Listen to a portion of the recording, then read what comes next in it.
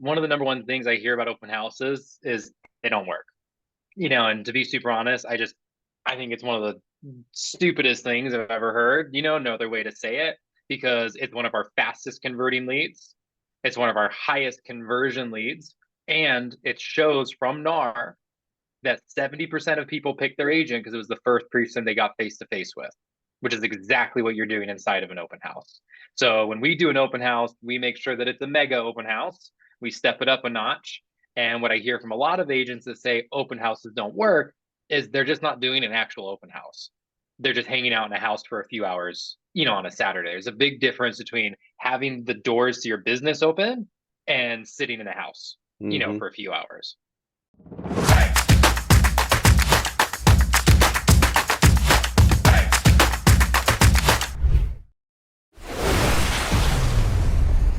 If you are listening today, that probably means you already listened to the first episode with Zach Geisendorfer, where we talked about the 10 trillion calls that he has become accustomed to making and how he uses language and various forms of communication to execute at a very high level. So we're going to set that aside, leave that in episode one.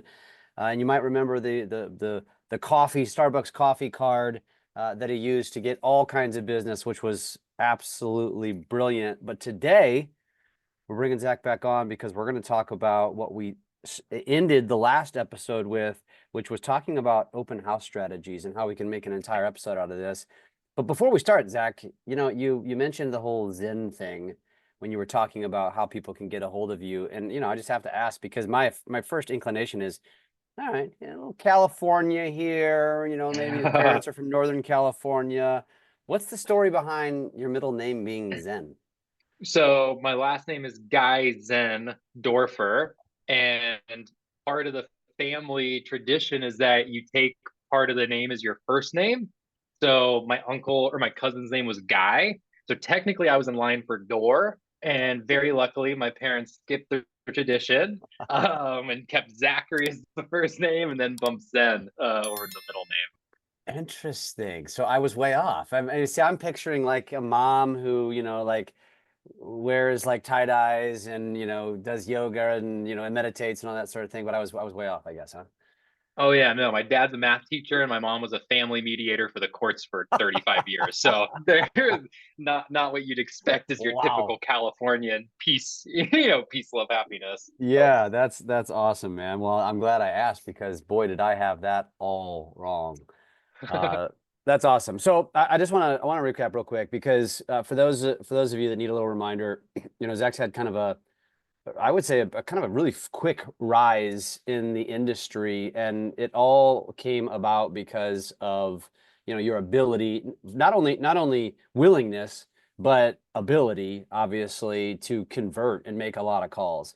And you and I talked about this. Like to me, that's just misery. I didn't ever want to do that. I always wanted to attract business, but it also is a testament to how there's more than one way to skin a cat, and there's more ways to get business than just one. And that led us towards the end of that last conversation to where you were describing the whole open house strategy and how one of your agents, just floods the neighborhood or the area with signs. And let's start. Can you recap that? And then let's get right into the goods. definitely. So I mean, one of the number one things I hear about open houses is they don't work.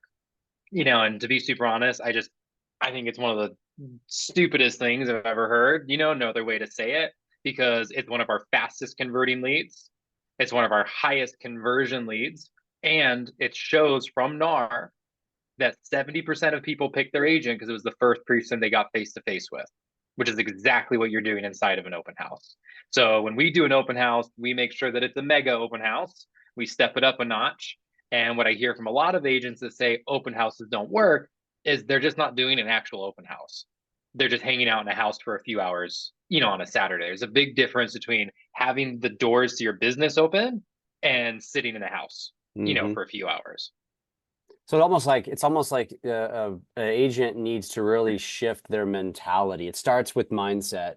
And when your mindset is, well, I'll do this because the seller is adamant about it. But I mean, gosh, does that, I mean, I'm sure it does, but the fact that that still exists, I mean, I feel like every real estate agent on the planet knows why you do an open house, not to sell the house typically, to gain the potential to gain buyers, right? Totally.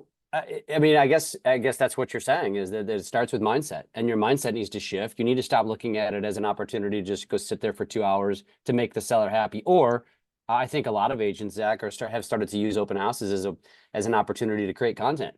I'm gonna They go use it dance for around in a content. house. Yeah, you know what I Yeah. mean? Which I think doing content is part of holding a successful open house, though. So if you're doing 2 open houses a weekend and your followers see you, we tell our agents to do 4 posts per an open house. So that means if you do 2 open houses in a weekend, you should be doing 8 posts. They can be stories, they could be reels, they could be posts. You could do some of them the following weekend. You could do them on Wednesday. Who cares? But what your followers see is you inside of a house selling a house. They have no idea that it's a different house or the same house or anything about it, but they see you out in houses, being an active agent. So I think even on the social side, doing an open house is a huge win, for you. And then if you have the right mindset that I'm doing this open house to get business, I'm not just doing this to make my seller happy. Like we all know if you're doing something just to do it, you're not going to be successful at it. Yeah. If you have the right intention behind it and you're actually doing an open house to have conversations, collect clients, you're going to collect clients, even if you only have 2 people that come into the open house. Yeah. Yeah, so let's talk about the content piece because you mentioned 4 posts per open house. Is there a certain strategy about the posts, or is it just post? Like what is your mentality about that? I think it's a 50-50. It kind of depends on the agent, a little bit as well. But typically, we'll say that you should have at least 2 stories for the open house that you do. Because you could do, hey, welcome to the open house. Look at my setup of it. So you're showing people how hard you work. And then the second story of that would be, hey, look at this amazing house. So it's kind of a twofer. Hey, let me show you how hard I'm working. Let me show you how cool the house is, Yeah. that I'm selling for this client. And then for the other side of that, if you're doing a post, it's very similar. We just suggest doing different parts of the house. So maybe your first post is the entryway of the beautiful living room and this huge TV. Okay. And then your second post is the backyard, totally different part of the house. So, like I said, your followers don't even really know that it's the same house. So it's not that you're trying to dupe people, but their brains just don't process that way. They just see you inside a house, That's clickbait. consistently. That's Yeah, clickbait. I mean, that's the name of the game, right? To get their yeah, attention. And you're not going to get their attention if you do the same thing over and over again. exactly. So we usually just different parts. There was one agent that is not on our team, but I know he was up in Orange County. He would do 14 posts for every open house that he did. So I was like, what are you even doing? Like, how are you even getting 14 posts? He's like, there's bedrooms, there's the bathrooms, there's the backyard, there's the front yard, there's the highlights of the community. Like there's all these different little things that you can record as separate little videos, and he posts them throughout the whole week instead of posting them all the same day. So that gave him content for Monday, Tuesday, Wednesday, Thursday, Friday, and the next Saturday comes around, boom, I'm in another open house. So he really utilized it. Where on us, we like to be in different open houses throughout the weekend just so we can get the buyers, out of it as well. So one of our agents, Chase, he'll do a morning open house on Saturday and then an evening open house. Then on Sunday, he'll do a morning open house and he'll do an evening open house. And he does them in the same little bubble. So all those people driving around and all those neighbors literally go, oh my God, like what is going on?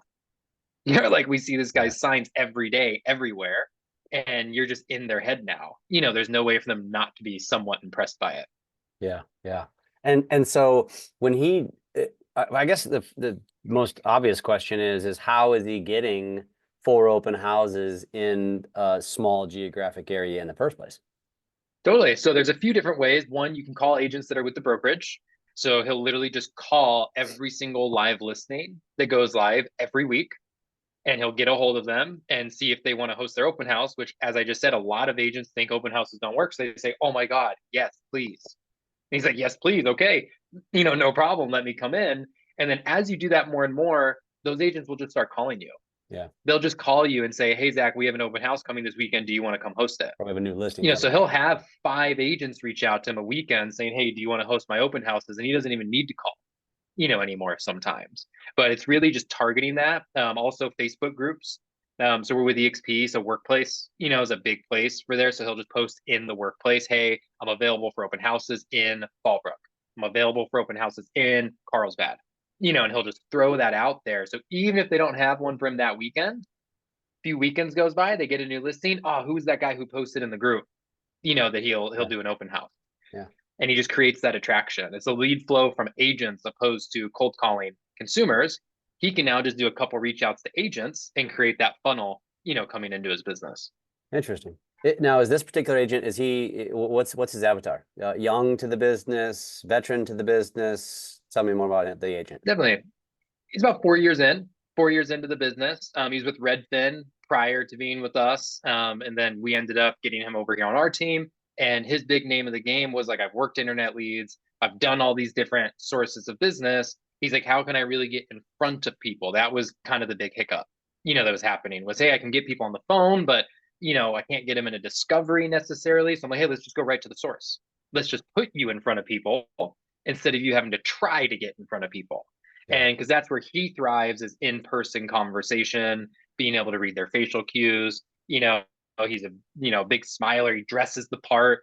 Suit, tie, dress shoes. He's not showing up in sandals and shorts. To host an open house, and it lets him really play that part, and it lets him feel really professional, which also makes him feel more confident in these conversations. That he's having with people. Yeah. Yeah. Interesting. Yeah, because I think my first thought from a listener's perspective is, you know, the average agent, what are they thinking when you say that? Which is, man, I don't want to give up my entire weekend, or I have a family. I can't do that. What would be your response to an agent that joined your team that you gave this advice to? And by the way, let's assume that it's an agent that's probably not just killing it with business. And Yeah. yet they're also going to make the excuse of, well, I don't have the time to do that. I don't want to give up my weekend for that. What do you say to somebody who has that mentality? If you don't have a flowing business and you don't want to work weekends, you're in the wrong business. It's very simple, very clear. I leave it really cut and dry. Weekends are where we thrive. Like that's where people are out and about. They're also in a better mood. They're in better energy. Like the consumer, Yeah. is they're not thinking about going to work, later that day or driving home from a long day of work. Like that's when they're out and about. So it's very clear to all of our agents, like Saturdays and Sundays are when your doors are open for business. And if you want to close your doors on a Saturday or Sunday, you better make sure that you have another option, that's replacing it. But unless you have a full pipeline and you're doing consistent deals of what I would say at least two escrows a month over here in our market, we have about a $900,000 860, price point over here. If you're not doing two escrows a weekend, you should be, or sorry, two escrows a month. You should be doing open houses on the weekend. And if you don't want to do open houses, great. Some people go door knock. Some people do something, but your doors need to be open on the weekends. And if they're Yeah. closed, I mean, think about it. You go to the ice cream shop, you go to the sandwich shop, you go to Best Buy, everywhere's busier on the weekend. So why would your business be any exception? That if you drove up to Best Buy and the doors were closed, you're not going back to Best Buy on Monday. You're figuring out what you want that day, Yeah. and going and getting it. Yeah. Yeah. Yeah, no, I mean that makes sense, and I mean I kind of know the answer. I just want to hear what your answer was, Yeah. because I think that is, I mean, going back to how we started this, which is mentality, and I think that's where a lot of things need to change for a lot of agents here. Is which you kind of alluded to already. It's like not only do you need to shift and change your mindset, but you need to decide that you need to be willing to do these things, because if you're listening to this right now and you're struggling, and in your case, you use the metric of 2 deals a month at an average price point of just under $1 million. So I assume the math would work. If your average price point is 450, then you should be doing 4 a month. And Yep. and so you need to figure that out. Assuming that this is a career that has the intent of making an income. You're not just no disrespect to maybe mothers who went back to get their license after their kids were growing up or something like that, and they're just doing it because they need a career, right? They don't have to make a paycheck to pay their bills, but we're talking to the agent that this is a job. And if you don't close deals, you can't pay your electric, you can't pay your Yeah. mortgage. Um, Well, and you I, nailed the word career. That was like the big word you said. A lot of agents kind of treat this as a side job. yeah, And I personally just don't have a ton of time. I'm not saying there's not a place for those agents, but we don't have a ton of time for them on our team because this is a career. Yeah. Like if you want to have a hobby, that's totally fine. I'm not putting it down on anybody. But for us here in the level that we like to perform on, like our agents are trying to boost their life. They're trying to create a better life for themselves, for their family, for their friends, whoever it is, and why they're really in it. So being a part-time agent, I think a lot of people that are producing agents listening to this know, like being a part-time agent is way harder than being a full-time agent, in my opinion. Yeah. Because your clients see it and it's just it portrays. Yeah. So I'm not saying that there's not excuses, out there, but the excuses really fall back to yourself. And my first sales director I had, he used to write down on a sticky note for me, be stronger than your strongest excuse. Our top producer grew her business while she had 5 kids. So Yeah. like there is time. It's Yeah. just if you're making the time, Do you to want make that it enough? happen. Yeah. Yeah. Yeah, exactly. You know what? I would also venture to guess that there's probably not any or many, very few part-time hobbyists that are listening to this because they probably don't make time for that either. Yeah. This is, Yeah. the people that are listening to podcasts are the ones that are truly trying to improve themselves. Yes. And that's who this matters to. So, I mean, I think it's also validation to that agent that, I don't know what your opinion is on this, but I mean, as it relates to that, there are a ton of hobbyists. I don't know what the percentage is, but I would say greater than 50% of the industry, if not probably close to 70% of the industry is, Yeah. I'm just going to call them hobbyists. You use the Yeah. word, I'm going to run with it. And that is such opportunity for the agent who does treat this as a career. So let's go back to this, let's get back obviously to the open house. And so your first opinion, your first advice is that, listen, doors open and open houses are an incredible opportunity to get buyers. Shift your mindset, be ready and willing to work on the weekends. Yes. You gave 100%. us you gave us the content piece. What's the next? What's next from the open house strategy? So you need to run your open house like you're running a storefront. So if you're thinking about it, the open house is quite literally somebody's first opportunity to interview you as their agent. So if they walk in and you have five flyers laid there, you have like some partially warmed drinks like sitting off to the side, half the lamps are on, you have some weird smelling candle like in the corner. You walk into a business like that, you're going to be kind of whispering to your friend, going like, "Where are we?"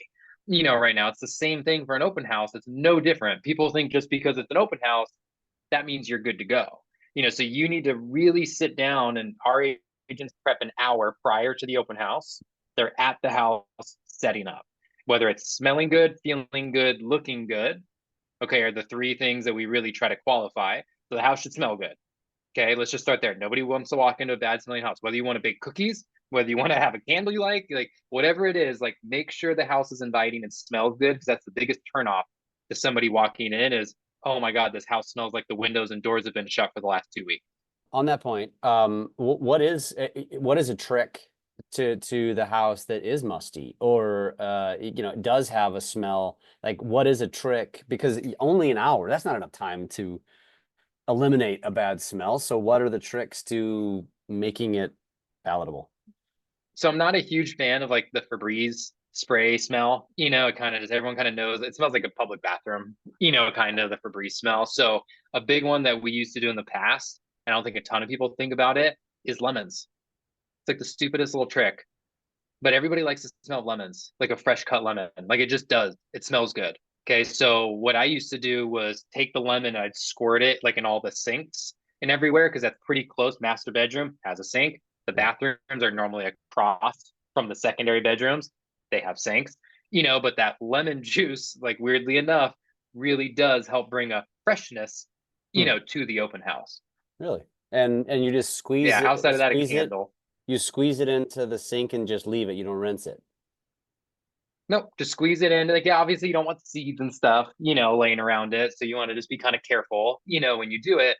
But yeah, so you put it in there. And then another trick is you can take whatever's left, 2 lemons, okay, 3 lemons, really cheap at the store. Hmm. And you could easily boil them for like 20 minutes, on a pot. It's like an old mom trick that my mom used to do to make the house smell good before company came over, was throw them in the pot, boil the pot for like I said, 20, 30 minutes, something like that, and bam, now it's also just aroma, pumping out everywhere in the steam. I didn't know that. I didn't know that Martha Yeah. Stewart trick right there. Interesting. Yep. And I'm telling you, it's the little things that make a difference. You don't need a $40 candle that's going to be gone in 3 weekends. If you want to do candles, great. Some of our agents have amazing smelling candles, but for me, that was just the easiest, cheapest, quickest way that I could still have the open house feel like a professional, Hmm. nice, welcoming storefront.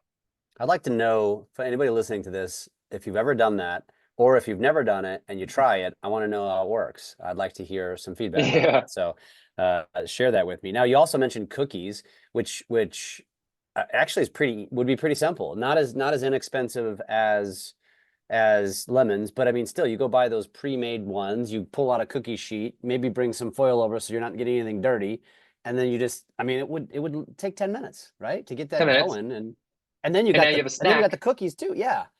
Now you have a snack for the people coming into the open house. It smells like cookies. It tastes like cookies. Who doesn't, like cookies? Maybe do some gluten free, I guess, depending on where you are, if it's like a big thing. But yeah, just make it simple. That's really the big thing around this too, is don't overcomplicate your process, because then you are going to be like, oh my God, I'm rushing to set up the house, and you're reaching each way, and then you get sweaty in your clothes that you're trying to, wear during it. Like, just keep it simple. Yeah. Yeah. Small, simple things are what's going to make a really good open house. Love it. Okay, moving on. From smell to where? Look or feel? So look, okay, would be the next one. So, okay, windows open, TVs on, all lights on, like make everything feel like they're living in the house is really the goal. You walk in a new build, they handle it perfectly. You walk in a new build and all the lights are on and all the windows are open and the AC's running, and they just, new builds do that part extremely well. So I Even if usually it's will tell even if it's people, 100 degrees outside? guess depending on where you are. There we go. So if it's 100 degrees outside, maybe close the windows but turn on the AC. But Yeah. essentially, you just want air. Like, you want air coming through. You want it to feel fresh. The big one is the lights. I've gone into so many open houses where the upstairs like bathroom lights are turned off, but the bedroom lights are turned off, and it just feels like an incomplete open house. Yeah. Like, if you already have everything else on, take the extra 5 minutes, Yeah. just to turn on all the lights and make sure that they're, all on. Half-assed. You get out of it what you Yep. put into it. Okay, 100%. And then carry on. signage is also part of looks, as well. So us personally, we have these big 18-foot flags that we love to put in the front yard. They're really big attention grabbers. And then signage, as in like your open house signs. I have lots of agents like, I have so many signs. I put out like 10. I'm like, okay, like that's great. 10's really not like that many signs. Like, I get it. So our standard is 25 as a minimum. And if it's one of our own listings, we're doing 50 to 60 open house signs. So in the actual neighborhood itself, there should not be a single part of the neighborhood where you can look and you don't see a sign going to that house. Because even if they don't go to the house, they're seeing your face, inside the neighborhood. And then the next one is, a lot of people love to venture like 3 miles out on signs. I'm sorry, but nobody's following open house signs, for 2 miles, 3 miles, anything like that. So let's say you pull into a street going straight, you're going to make a left into the street, like off the light. I'll put 5 signs, like 10 feet apart on that one straightaway. So people are like, I have to go. Like, I have to go in there. Like, how do Yeah. you not? And It's once also again, it's also guess who I does that really well is new it builds. catch it catches your eye. I mean, it's like, okay, what Catches are your all eye. these signs for? Like Yeah. it's human nature. Yeah. And once again, new builds do it really well. New builds will pay a sign guy to put out like 200 signs for the community. And that's why they get a bazillion people coming in to see the community. Even when they're not looking to buy a house, they're driving in the community just to check out the new builds. Yeah. So why do it any less for a non-new build home? No reason for it. So 25 is a minimum standard. 50 to 60 would be the goal, for one of our listings, if we weren't hosting somebody else's. Wow. And do you recommend that the agents get personalized signs? Or are these just the brokerage signs or just straight open house signs? Like what's your recommendation on that?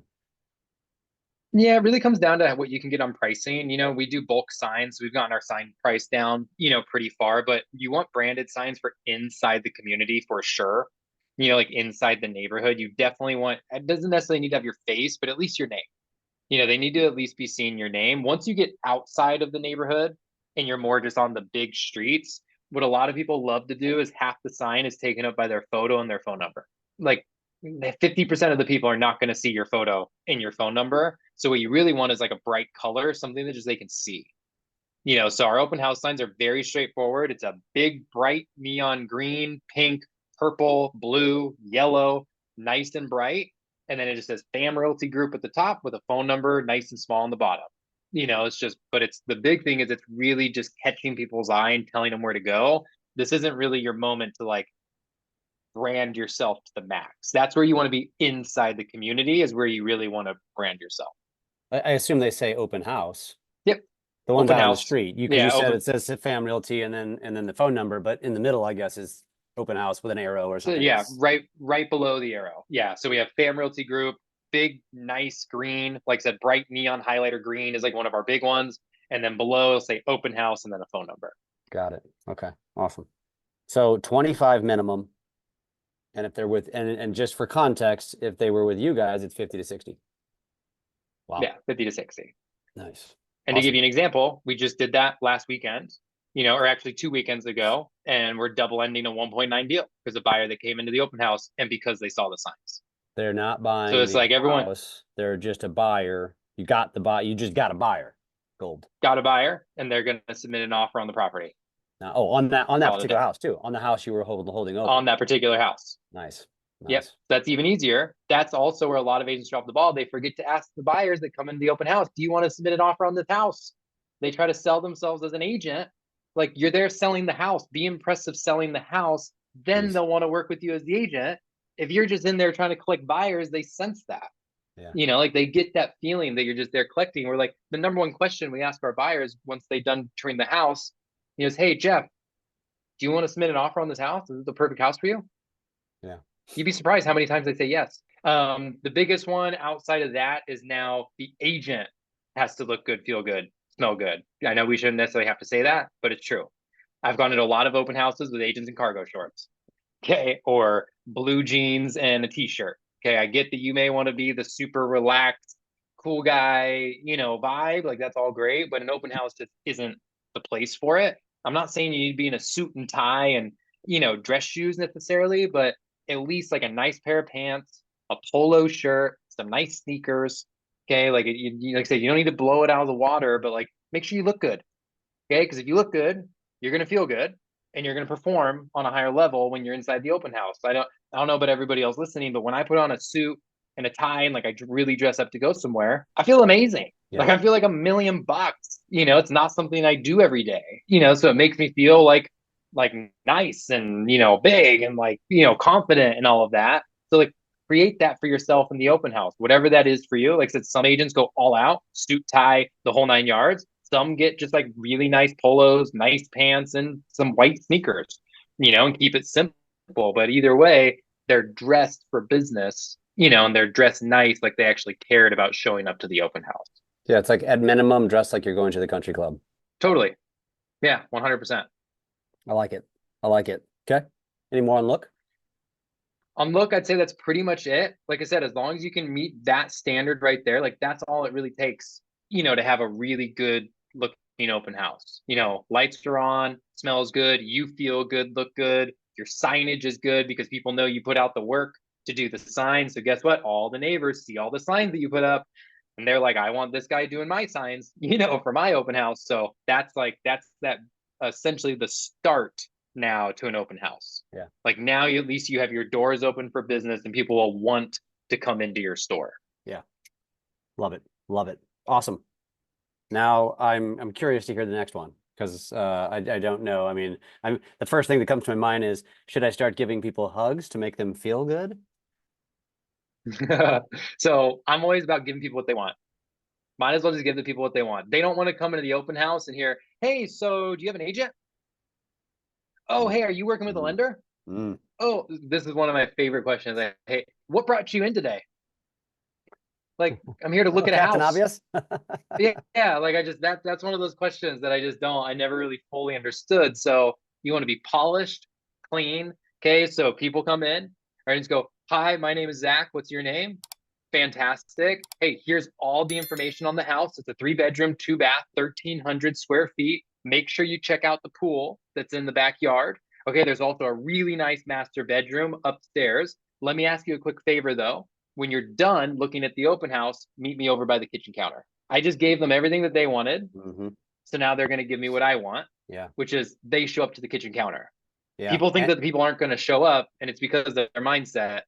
I would literally say like 7 out of 10 people meet you at the kitchen counter. Yeah. Yeah. It's almost like we have a tendency of having commission breath, and it becomes an Yeah, immediate turnoff. But when you just, it's funny. What you just did was you gave them value. And I don't visit a lot of open houses, but if I did, and an agent did that to me, I'd be like, huh, wow, okay, thank you. Like, thank you for yeah, giving me the map of what I need to do here.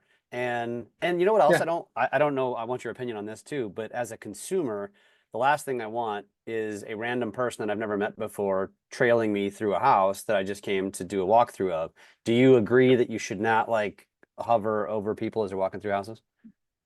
Yeah, unless they ask you to, but Yeah. even if they ask you to, like you're now missing all the other people that walk into the open house. It's like, and I'm not saying you need to greet everybody. You're not a greeter, okay? You're an agent, like you're a professional. You're there in the open house, so you don't need to wave and smile and greet, every single person the second they walk in the door. But we do. We tell them, hey, take as much time as you want. Just meet me by the kitchen counter. Yeah.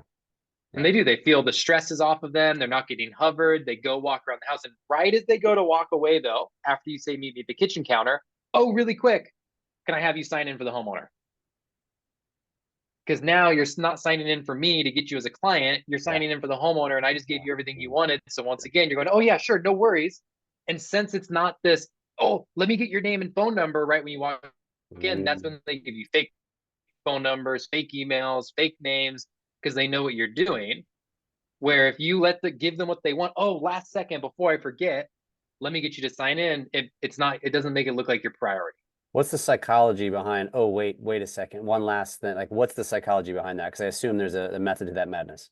So I think that if it's the first thing you say, because that's what I used to experience, I'd walk in an open house, the first thing, hey, can I please have you sign in?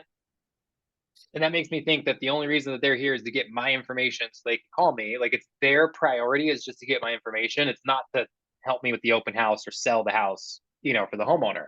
Where if it's, oh, hey, really quick, before I forget, it's like as they're walking away, it makes it seem like it's not your number one goal is to get their contact information. So in their mind, it's not as scary. And they now go and actually put in their real information. I like it. I like it. You don't think about this kind of stuff. Yeah. This is interesting. It's not like rocket science, Yeah. but probably completely overlooked by many agents. Yep. And then what's the first question you think we ask when they come to the kitchen counter? Well, what do I think most agents? You want to buy this house? Yeah. Yeah. So what'd you think? So I think most people probably say that. So what'd you think? very simple. Awesome. Hey, do you want to write an offer on this home? So that's what you say first. You don't say, what'd you think? Nope. Because if So you you say want to no buy to the the, open house, if you say no to writing an offer, then I'll inquire and discover and figure out further. If you say yes, great. But like if you want to write an offer, I don't really care as much, what you thought about everything. We can get to that point, after. But hey, so do you want to write an offer on the home? Oh no, no, no, no, no. We just started looking. We all know that's about like that's what we're expecting. Oh no, no, no, no, no. We're okay. We're okay. We just started looking, or how exciting. Are you guys already local to the area? And it just leaves you in this space where you can now have an actual conversation with somebody opposed to qualifying them as a potential buyer. I'm doing my job as the selling agent and I'm being impressive by trying to sell you this house. Once you tell me this house isn't for you, now I can turn into buyer's agent mode and start to work with you as a buyer. Awesome. Well, hey, what about this house wasn't the right fit for you? Got it. So you need a bit more space. Is it just you and the wife moving in, or what? Now we can sit here and actually inquire, and it seems like we're having a real conversation, and I'm not trying to qualify you because that's Mhm. what people don't want to be. They don't want to be qualified. Yeah. Yeah. And I guess the whole are you working with an agent as well? Like at what point, if ever, do you say something like that? Or is that like way down the list, or do you just wax that from your language? So once we ask them about the offer, if they say yes, we do want to write an offer, then that would be one of our next questions because it's very simple. It's just awesome. How exciting. Do you already have an agent that's going to support you in writing the offer, or would you like some help writing a winning offer? And a lot of the times they Gotcha. don't. Now, now what about the one that says no, not writing an offer? No, no, no, we're just looking. And then you start to do the qualification. At what point do you get to the do you have an agent? So it's gonna be one of my last questions right before I close. So right before I add all the value, to everything we just discovered, hey Jeff, by chance, are you already signed with another agent? I don't care if you're working with another agent. I care if you're signed with another agent. Everybody's working with an agent. Yeah. They've talked to somebody at least once. It's probably at the open house 10 minutes before they came in yours. Okay, is even that agent. Yeah. So that's why I like to say, hey, by chance, are you signed with an agent? Oh, no, not at all. Awesome. Well, because you said that this house is a bit too small for you, this is what I'd like to do. And then I can lead into providing all my value that I'm going to give them. And the number one thing is nobody books inside the open house. You have to book your appointment inside the open house because you're in that emotional bubble with them. You're waiting until Monday, Tuesday, or Wednesday to call your clients to book the appointment. You're way too late to the party. They've probably gone in 3 or 4 of their open houses, by the time you're even calling them. So all of our agents try to book inside the open house. Okay. And it could even be for the same night. So hey Jeff, because you said that you guys are moving from out of the area and you're only going to be here for the weekend, this is what I'd like to do. Let's set up a 10 to 15-minute call after I close down the open house a little bit later tonight, about 6 o'clock. What I'm going to do is provide you all the best homes here in Oceanside that are on and off the market. From there, you can let me know your likes and dislikes, and we can figure out what the next steps are. Would you be open-minded to something like that? Of course we would. Cool. That's good. Clean and simple. That's very good. That's very good. So that's the feel. Yeah. Love it. Love it. It's language. It's language. It's not being pushy. It's getting out of your and so now as you're saying all this, and it's light bulbish to me. Granted, I don't sell real estate, so I don't always hear this kind of stuff. But as I hear this, I'm thinking to myself, man, I would want to be able to almost, like role play, but not necessarily role play, but just almost practice, because I don't want to. It's like, when you press play in front of the camera, because Jeff's taught you, use a hook, don't introduce yourself, don't say, hey guys. But as soon as you press play, you just vomit that shit, right? What's your best advice to someone who wants to really nail this down, besides listening to this podcast 15 times and bashing it into your head, which isn't a very efficient use of your time? But go ahead and do that if you want to hear our voices multiple times. That's okay too. Yeah. Our agents role play every single morning from 8 to 8:30 a.m. Like, you're in this business, you need to master your craft. You have a craft, and it's communication. And so if you're not mastering that craft every single day, what are you doing? Think about how long it takes an attorney to be an attorney, a doctor to be a doctor. Okay, so I tell all of our agents, like, if you want to make lawyer money, you got to work lawyer hours, at least to start. Yeah. Okay, master your craft. I'm taking 30 minutes in the morning, Monday through Friday. You'll be a killer by the weekend. Okay, but it takes consistency, and you need to practice it. And a lot of times you're, well, I don't have time to role play. Absolute baloney. Yeah. Okay, like some of my agents will call me on their way home from an appointment just to role play their next appointment, or to role play their open house the next day, whatever that may be. Like, you have time to role play. We've had an agent that role plays with like their 7-year-old son, and he'll sit there and they'll read the script, and she'll have objections that he reads back. Like, you can always role play. Okay, and if you can't, go to my Instagram and let's role play.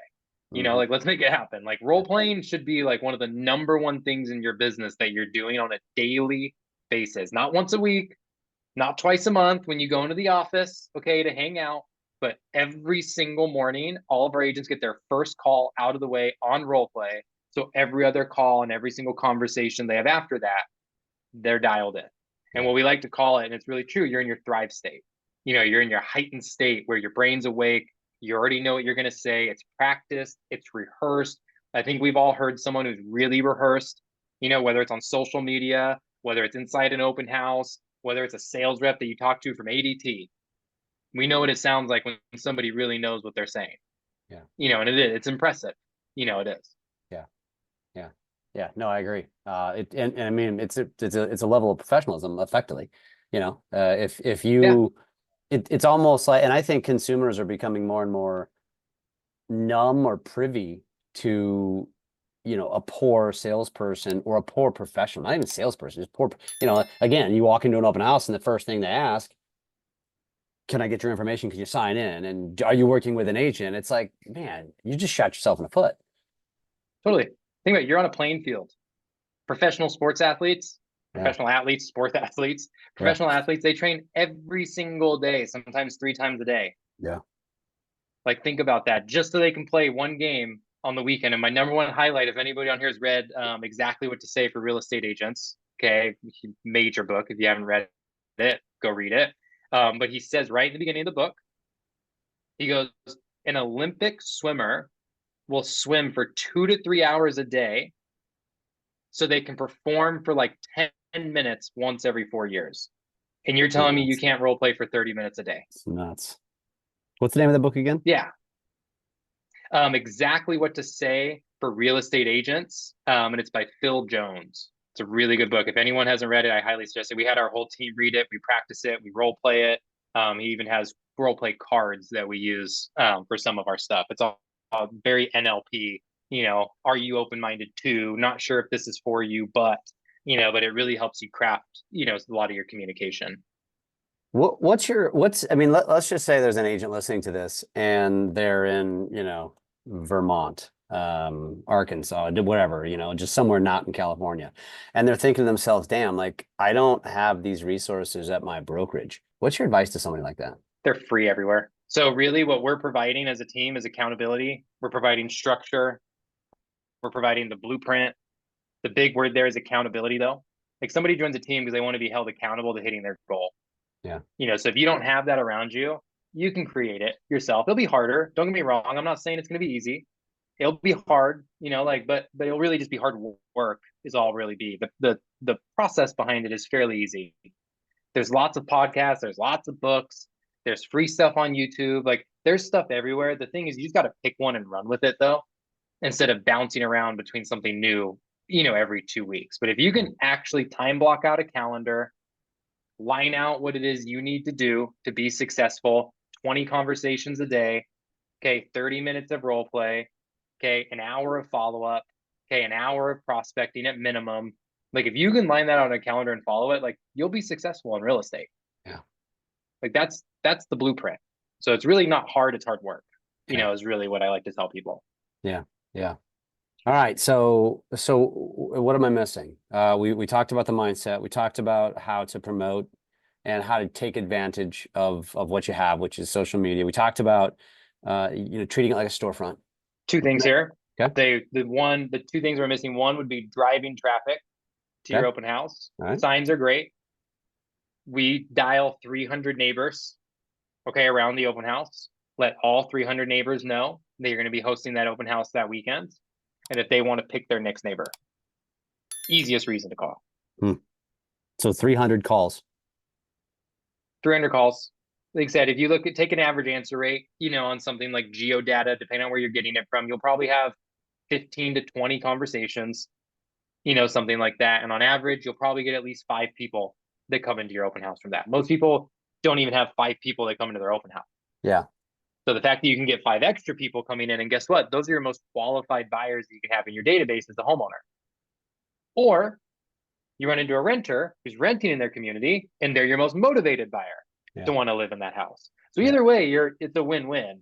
And even if that that homeowner doesn't want to come see the open house, there's not many other agents that are calling all the neighbors every single time they hold one. So if we can do 20 open houses in a weekend, guess how many times the neighbors get called throughout a year hearing that we're holding an open house? They get your same call like 10 times throughout the year. It's just a reason for you to be on their phone, and for you to talk with them and have them hear your name. So driving traffic to the open house, okay, is where a lot of people kind of forget. It's well worth your Thursday, Friday afternoon is to go put 2 hours a day into dialing to get people into your open house, because you'll just straight up run into a seller that doesn't even want to come to the open house. No, I don't want to come to the open house, but I've been thinking of selling. How's the traffic? Like, you'll just straight up run into sellers. Yeah. Doing that. It happens all the time. It just happened last weekend, and they're on a listing appointment today over in Oceanside. She called the neighbor. The neighbor was impressed. She came by the open house. She was impressed by the open house. So she's at a listing appointment today with our team lead, going over how we're going to sell her house. Wow. Like, it's just, I'm telling you, like, when you show up, things happen. Yeah. But that's all it is. That's all she did was show up and make the call. It wasn't anything crazy. It's not like she had some 12-line dialer, and some mega tech to make it happen. Like, it was free data from title and a phone. That's my next question is where are you getting the data Got it. from? So you're getting the data from title. Yeah, And we are have a you few different sources, but title's a big one, for okay? us. But like we'll do like Red X, every now and then, Vulcan. We like to test always whoever has the best data. We have about 2 million homeowners in our database, kind of the data, like there's the data kings, because agents don't typically like to play in data land Yeah. because you have to cold call and you have to, put in an extra few hours and stuff like that. So we like to pull from everywhere possible to see where we get the best results and then really put our time, into where we're getting the best results. And when you said 300, I mean, what if it's a smaller subdivision or what if it's a much bigger subdivision? I guess 300 is just an average, or is it like, is that just the target number? It's an average, for us. We'll pull 2 mile radius around the open Okay. house is what we're typically doing. But on the areas that we're doing, that's around, you know, 200 to 300 homeowners. Now, if you do like a condo complex, of course, you're going to run into like 1,700, homeowners and whatnot. And then we just, lower the circle, there a little bit. So maybe you just call all the other owners in that complex if there's 300 units, in the complex. Yeah. And when it comes to the language, I mean, I heard you say that picking your neighbor, which I think which is clever. Is that obviously that wasn't just you're just not spitballing. That's like specific language that you're having your agents use.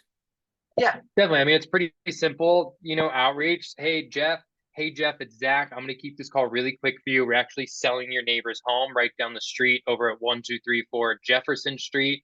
There's going to be a lot more traffic than usual in the neighborhood this weekend. We're having an open house Friday, 1 to 2, Saturday, 3 to 5, and Sunday, 3 to 5. And I wanted to give you a call and see if you potentially wanted to pick out your next neighbor. Do you know anybody that would want to come see the house? Nice and simple. I'm Yep. not calling saying, do you want to sell? Yep. I'm calling and saying, hey, I'm trying to sell your neighbor's house. So I'm going to do Yeah. my job at selling their house first. You know what caught my If they say attention? no, then I'll get in. What caught my attention was is holding it open 3 days in a row. I think that would definitely throw like that would make me say, wow, okay.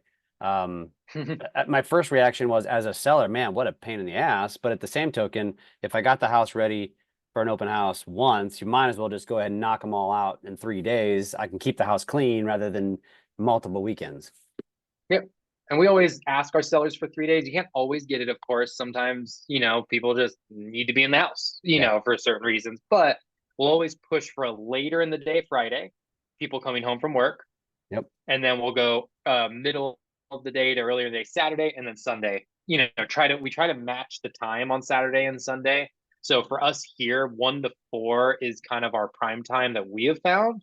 So we like to do the same time on both days. Otherwise, people get confused. What's it? If it's What's like the one what to, are the optimal times for each day? we like 1 to 4 for Saturday and Sunday. Like for us, that's proven to be the best because you go too early, people are out at like kids' soccer games and going to the gym and they're doing their own stuff, Yep. earlier in the day. So 1 to 4 for us has been like it's the middle of the day. People are going out to lunch. They're more open. And our big one though is consistent times. If you get it all over the place and do like 12 to 3 Saturday and then like 4 to 6 Sunday, people just they forget and it's confusing. Hey, Sure. it's 1 to 4 Saturday and Sunday, and Friday we're doing 4 to 6. So 4 to 6 is Clean and the simple. optimal on Friday. For Friday, that's what we prefer because you get people that are coming home from work, and they actually will stop by the open house like on their way home from work. Yeah. Love it. Love it. Driving traffic. What's the last one? Yep. Last one is going to be your follow up. So you can bring in 30 leads, okay, from an open house when season's hot, okay, and weather is nice and the sun is shining and you have this trifecta of an open house. I mean, we've brought in 200 leads in a weekend before, and what most agents do is they'll bring in, let's just say an average open house, okay, instead of going all buku, okay, here, but let's just say an average open house, you get 10 people, okay, they register. A lot of agents don't call those 10 people until Wednesday. Mm. It's just you're way, way, way too late. You're behind. It's not impressive, to be Yeah. super honest with you. And it's just the homeowner's forgotten who you are. Or I mean, sorry, the buyer's forgotten who you are at that point. So we have two ways that happen instantly. One, before the agent closes the open house, they send a video to every single one of the buyers that came into the open house. Mm. Thank you so much for coming in the open Before house they today. even leave the open house. because you want to be inside the open house when you send the video. Yeah. So if you have a slower open house, do it before you close down the open house. Just do it while you're waiting for the next person to come in.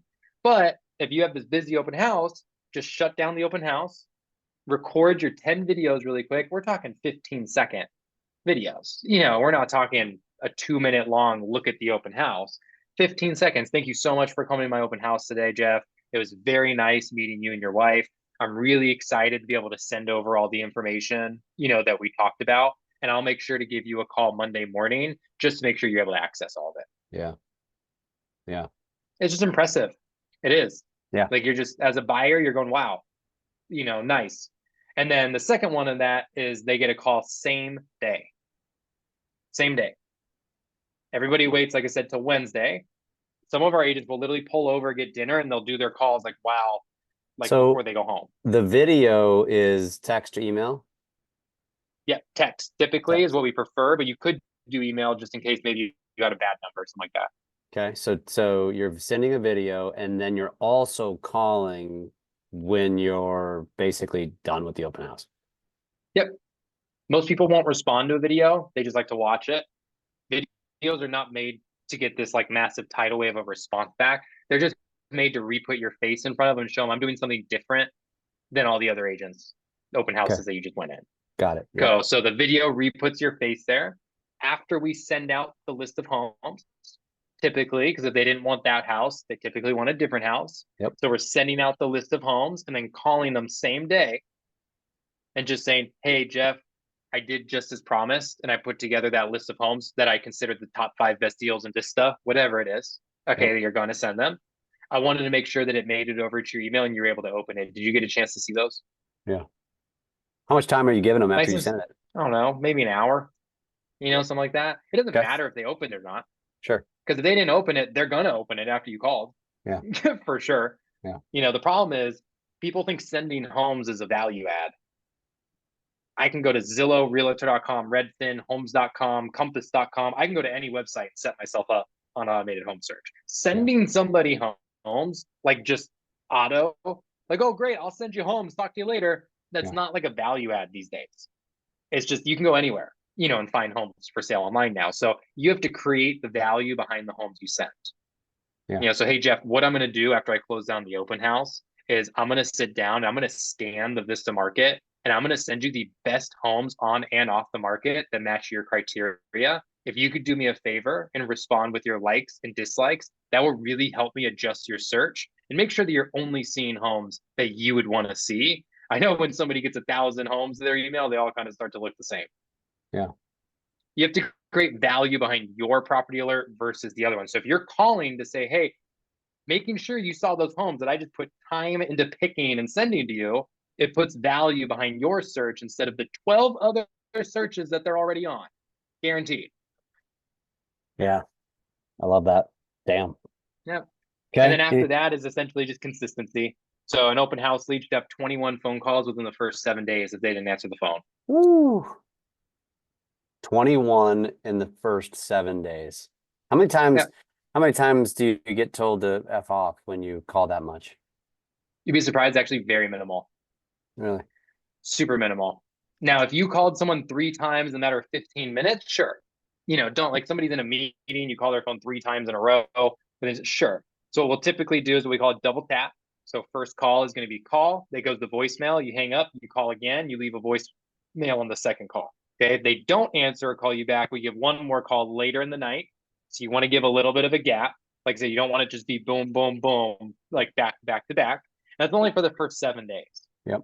Because what you're trying to do is get them before they go out to another weekend of open houses, and they now have 5 other agents, trying to get a hold of them. Yeah. So 21 calls within the first 7 days on a property alert. Okay. And they should be getting at least 1 text message a day for the first 7 days as well of your calls if they did not answer the phone. For 7 days. For 7 days. Okay. 7 days. Essentially, you want 7 days of pain. 7 days of pain, essentially. Like, you're just pushing really hard on that first 7 days to make it happen because they're still in the emotional bubble. They'll still remember who you are. And I mean, everyone asks a lot. It's funny you ask that, like, how often I get cussed out, because I call people a lot. They'll tell me, hey, Zach, we're not selling for 6 months. You're getting a call from me every 2 weeks. If you tell me you're not selling for 6 months, doesn't mean you're going to answer the phone. It's totally fine. I don't need you to answer. But one of the number one compliments I get from consumers is my consistency. Yeah. It's one of the number one pieces of value that I personally think you can show someone is proper consistency. That's why I say don't call them 3 times in 10 minutes. That's just annoying. Yeah. But to show consistency where it's like, hey, Jeff, I understand you're not ready to purchase yet.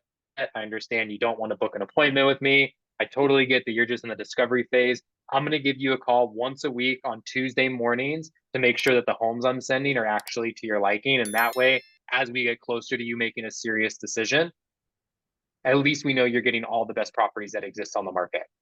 Yeah. What I'm doing is creating consistency where every Tuesday they may not answer, but when they see that I actually call on Tuesday and I told them I was going to, they get impressed. They do. Makes sense. Yeah. What about after the 7 days? After the 7 days, you can lay off a little bit. We usually will go like once a day or once every few days. At that point, they're in your list and you're just going to dial them like during your prospecting time. So maybe you're not able to make it through every person every day after that. But what needs to stay is the property alert. Okay, is you need to make sure that they're still getting homes. And then what we like to do is set up some sort of buyer value add email, that goes out. So for us personally, we have buyer benefits that we offer, like 2 hours of free handyman when you close a property with us, money back to VA clients, first responders. Like we just, we have these items that we offer them. And so once every few days, we have an email that goes out and just shares that value. I'm not saying like click here, to get this. I'm just saying, hey, by the way, Jeff, in case you didn't know, we actually offer 2 hours of free handyman to all of our clients that purchase a home with us. That way you feel really comfortable, with the home that you're purchasing. And all we're doing is dropping these value adds in front of them while we're calling, while we're texting. And essentially what we're doing is trapping them in our little bubble. Here. And at the same time, we're playing more your game where we're also retargeting them because we now have their email. So they're going to run into our ads on Google. They're going to run into our ads on Facebook. They're going to see our faces and our name these other places now. And they're like, I can't escape spam. Yeah. Like they're just everywhere. Yep. And they eventually have to answer the phone, respond to an email, shoot you a text, whatever it is, they give you that response. And of course, the goal from there is get them in a buyer discovery, sign an agreement, go see homes, enter escrow, and get a closing. Yeah. Yeah. This is a lot, man. It's a lot, and it's a lot of gold. And so obviously we're up on the hour here, and so which honestly surprises me. I thought this would be a shorter episode. I guess first thing before open houses can go deeper. Yeah, I mean, before I wrap this up, I mean, is there anything more? I mean, did we cover it all? The last thing that I'll leave with you, because we did, that was like, if you can line that out on a piece of paper, you are executing open houses on a higher level than 90%. Okay, of the other agents in the industry. So I'll leave with two things. Open houses like this are a reason that 10% of agents do 90% of the real estate. Because 10% of the agents actually show up and present themselves, like they should and perform on a level that they should. The second thing I'll leave you with, for anybody here listening that's saying, oh my God, this seems like so much and there's no chance and they just have all the time. Okay, not on our team, but in Utah, my coach Justin, one of his agents, she is 63 years old. She joined real estate and all she did was open houses. She did 3 open houses a weekend for her first year in real estate. Okay. She did almost, I think it was almost 70 something deals her first year in real estate. Wow. That's unheard of. I know a lot of people that are new to the industry in their early 20s, early 30s, something like that. Like, I promise you guys can perform a lot higher than you think you can. And she was just absolute proof. All she did was hold open houses in an extremely high standard, follow up with people properly, and she was able to do more deals than like a top producer, who's crushing it in their market. Where in Utah? Salt Lake? So like, yeah. Cool. Awesome. I know we did this on the first episode. Best way to connect with you? Best way to connect with me is going to be on Instagram. It's going to be Zach Zen Real Estate, ZACH, Zen Real Estate. You can send me a DM, whatever you need to do. Like I said, I'm an open book, for anybody. We like helping any agent possible. If you want an open house script, you want the execution plan typed out, like I'm all here for you guys, whatever it is you need. And now you know why the Zen is there as well. And And now you know why the Zen is I'm there. gonna start calling you Door. Yeah, just because. Because I dodged the door, not You anymore. dodged the bullet. Yes, that's right. You dodged the door. That's Yeah. right. Zach, it's been a pleasure, man. This has been two phenomenal episodes, and we're definitely gonna keep talking and do some. We gotta keep sharing this stuff, man. This is what the industry needs right now, and we're at the Yeah. precipice of hopefully a little bit of a reprieve and and potential boom. If the stars align, and I think we've got a good shot at that in the next 6 months, 6 to 12 months, and so. Sharpen your knife, folks. Sharpen your knife. Follow people like Zach. Uh, Man, if you got to listen to this again, because I feel like I do, honestly, I got to go back and listen to this again to take some notes, to write this stuff down, even, just to make it like bash it into my head. You know what I mean? Do what you got to do, agents. Do what you got to do. Listening to somebody like this, it's everything you need to do, but now you just got to go do it. Zach, thank you very much. Go check him out on Instagram. Take him up on what he says. I would venture to say challenge him. Shoot him a DM. See what happens. Thanks, brother. Hit me with the hard ones. I'm ready. Pleasure, Jeff.